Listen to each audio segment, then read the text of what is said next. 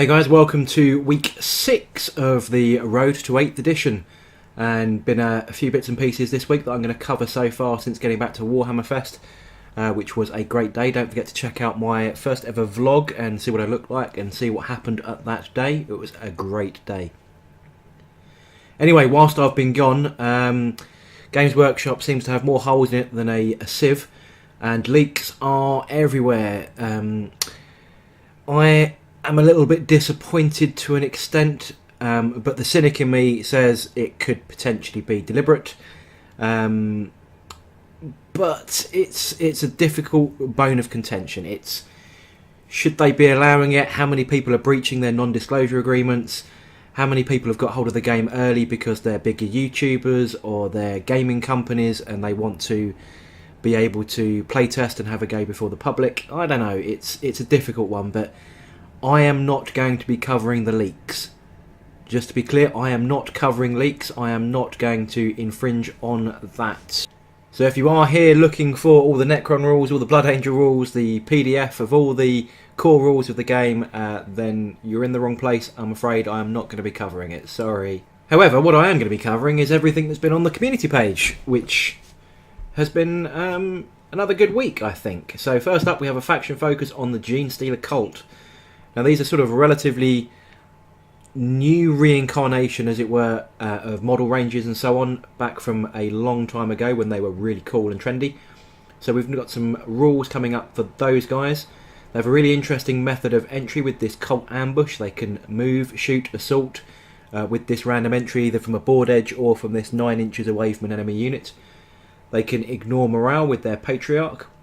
They have a kind of lookout sir kind of mechanic with an unquestioning loyalty ability, so you can sacrifice your little cult follower and save your character. And there's a really cool power here, the mass hypnosis, which stops the enemy firing overwatch. They strike last even if they charge, and they're at a -1 to hit. Pretty powerful looking psychic power, I think.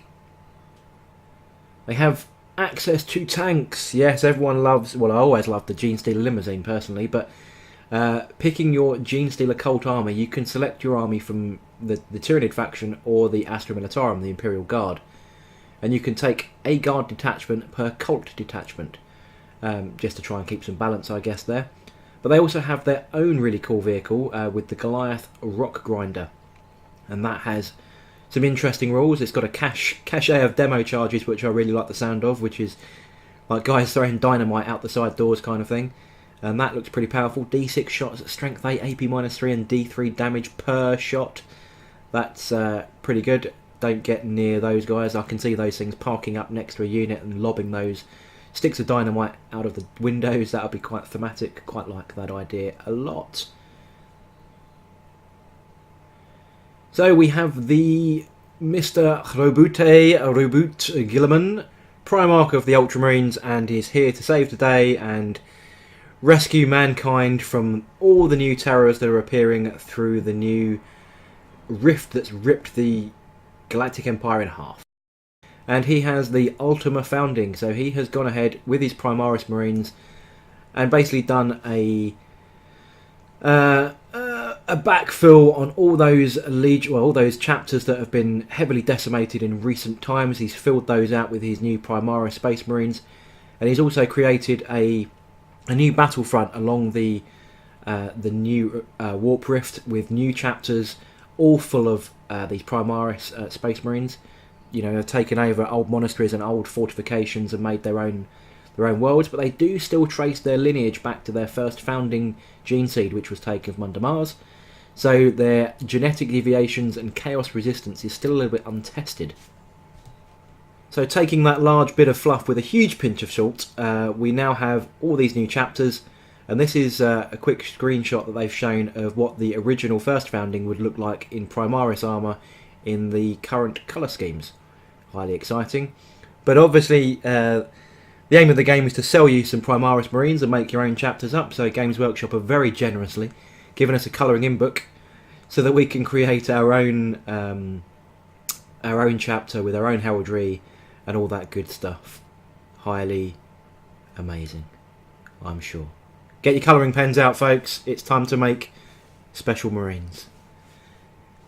Moving on from Marines, back to, old Marines. So we've got a faction focus on Space Marines. Because you can never get enough of guys in power armor, right? So we have some rules coming out for these guys. There's Centurions with a 2+ save and 3 wounds. Their missile launcher, kicking out D3 shots at strength 8. They can still carry the las cannons, the heavy bolters, the hurricane options and all the rest of it. It was mentioned that an apothecary nearby can keep a unit alive. Be interesting to see how that works, unless you've read the leaks, in which case you probably might well know. And finally we have a grav weapon nerfing. Looks like it's a little bit worse than it was before. It still looks pretty potent though, and it's AP -3. The better your save, the higher damage it's going to cause you, which is kind of in theme of how the grav weapon first came out.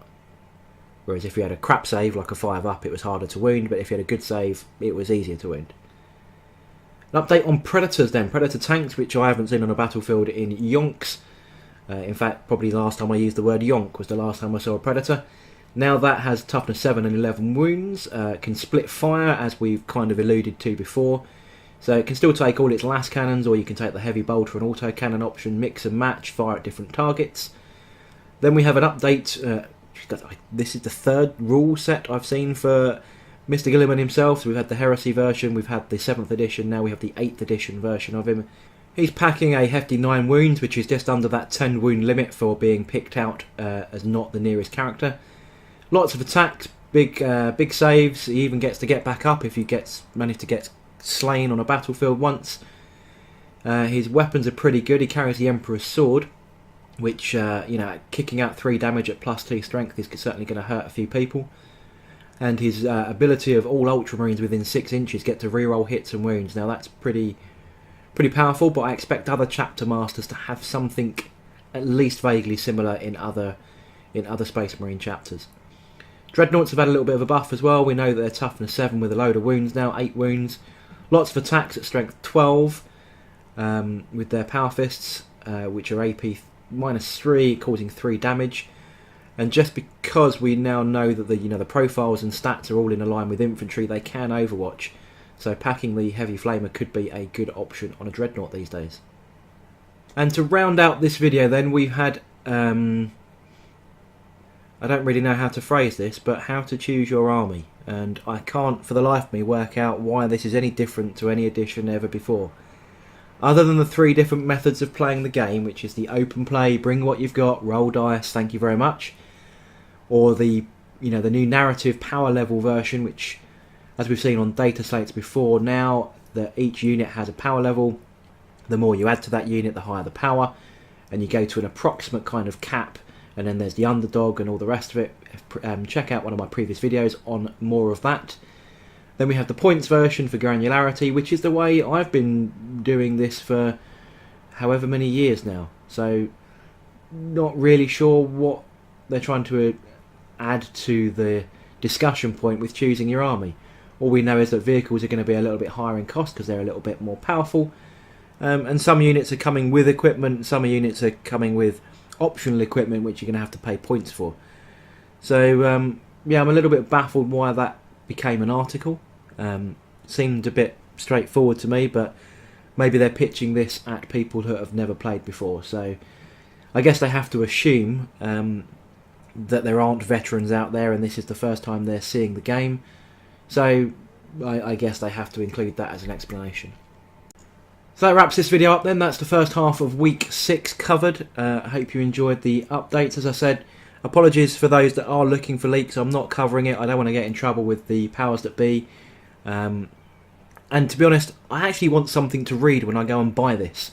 I don't want to have to say, well, I can skim through all of the book because I've all read it online already. That's going to be a little bit of a disappointment. So I'm trying to avoid it.